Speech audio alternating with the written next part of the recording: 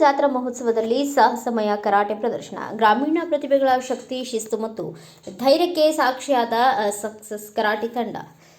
ಗವಿಮಠದ ಆವರಣದಲ್ಲಿ ದಕ್ಷಿಣ ಭಾರತದ ಕುಂಭಮೇಳ ಎಂದೇ ಪ್ರಸಿದ್ಧಿಯಾದ ಜಾತ್ರಾ ಮಹೋತ್ಸವದ ಅಂಗವಾಗಿ ಆಯೋಜಿಸಲಾಗಿದ್ದ ಕರಾಟೆ ಪ್ರದರ್ಶನವು ಸಾವಿರಾರು ನೋಡುಗರನ್ನ ಮಂತ್ರಮುಗ್ಧಗೊಳಿಸಿತ್ತು. ಸಾಹಸ, ಶಿಸ್ತು ಮತ್ತು ಆತ್ಮರಕ್ಷಣೆಯ ಸಂದೇಶ ಹೊತ್ತ ಈ ಪ್ರದರ್ಶನ ಜಾತ್ರಾ ಮಹೋತ್ಸವದ ಪ್ರಮುಖ ಆಕರ್ಷಣೆಯಾಗಿ ಹೊರಹೊಮ್ಮಿತ್ತು.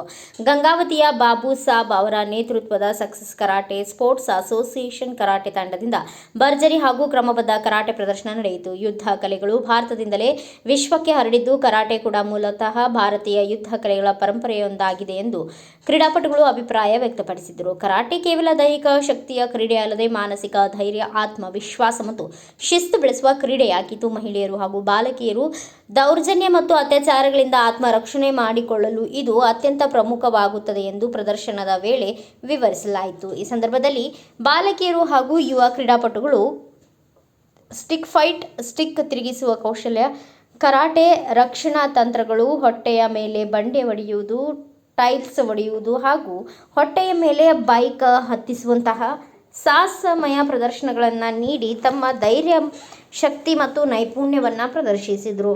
ಈ ಸಾಹಸ ಪ್ರದರ್ಶನಗಳು ನೋಡುಗರನ್ನು ಅಚ್ಚರಿಗೊಳಿಸಿ ಭಾರೀ ಕರತಾಡನಕ್ಕೆ ಕಾರಣವಾಯಿತು. ಪ್ರದರ್ಶನದ ನಂತರ ಗಂಗಾವತಿ ವಿಶೇಷ ಕ್ರೀಡೆಗಳ ಮುಖ್ಯ ತರಬೇತುದಾರ ಬಾಬು ಸಾಬ್ ಮತ್ತು ಐಶ್ವರ್ಯ ಅವರಿಗೆ ಕೊಪ್ಪಳ ಜಿಲ್ಲಾ ಕರಾಟೆ ಶಿಕ್ಷಕರ ಸಂಘದ ವತಿಯಿಂದ ಸನ್ಮಾನಿಸಿ ಅಭಿನಂದಿಸಲಾಯಿತು. ಈ ಕುರಿತು ಮುಖ್ಯ ತರಬೇತುದಾರ ಬಾಬಾ ಸಾಬ್ ಮಾತನಾಡಿದರು. ಕರಾಟೆ ಪ್ರದರ್ಶನದಲ್ಲಿ ಗಂಗಾವತಿಯ ಗ್ರಾಮೀಣ ಪ್ರತಿಭೆಗಳಾದ ರಾಷ್ಟ್ರಮಟ್ಟದ ಖೇಲೋ ಇಂಡಿಯಾ ಮಹಿಳೆಯರ ಊಶು ಕ್ರೀಡಾಕೂಟ, ವಿಶ್ವವಿದ್ಯಾಲಯಗಳ ಕ್ರೀಡಾಕೂಟ ಹಾಗೂ ಕರ್ನಾಟಕ ಸೀನಿಯರ್ ಒಲಿಂಪಿಕ್ ಕ್ರೀಡಾಕೂಟದಲ್ಲಿ ವಿಜೇತರಾದ ಐಶ್ವರ್ಯ, ಆಶಾ, ರೇಖಾ ಮತ್ತು ಮೊಹಮ್ಮದಿ ಬೇಗಂ ಜೊತೆಗೆ ಪದವಿ ಪೂರ್ವ ಶಿಕ್ಷಣ ಇಲಾಖೆ ನೇತೃತ್ವದಲ್ಲಿ ನಡೆದ ರಾಜ್ಯ ಮಟ್ಟದ ಕರಾಟೆ ಸ್ಪರ್ಧೆಯಲ್ಲಿ ಮೊಟ್ಟಮೊದಲ ಬಾರಿಗೆ ಕೊಪ್ಪಳ ಜಿಲ್ಲೆಗೆ ಬೆಳ್ಳಿ ಪದಕವನ್ನು ತಂದುಕೊಟ್ಟ ಕ್ರೀಡಾಪಟುಗಳು ಭಾಗವಹಿಸಿದ್ರು. ಇದರಿಂದ ಗ್ರಾಮೀಣ ಪ್ರದೇಶದಲ್ಲೂ ಉನ್ನತ ಮಟ್ಟದಲ್ಲಿ ಕ್ರೀಡಾ ಪ್ರತಿಭೆಗಳು ಅಡಗಿರುವುದು ಮತ್ತೊಮ್ಮೆ ಸಾಬೀತಾಯಿತು.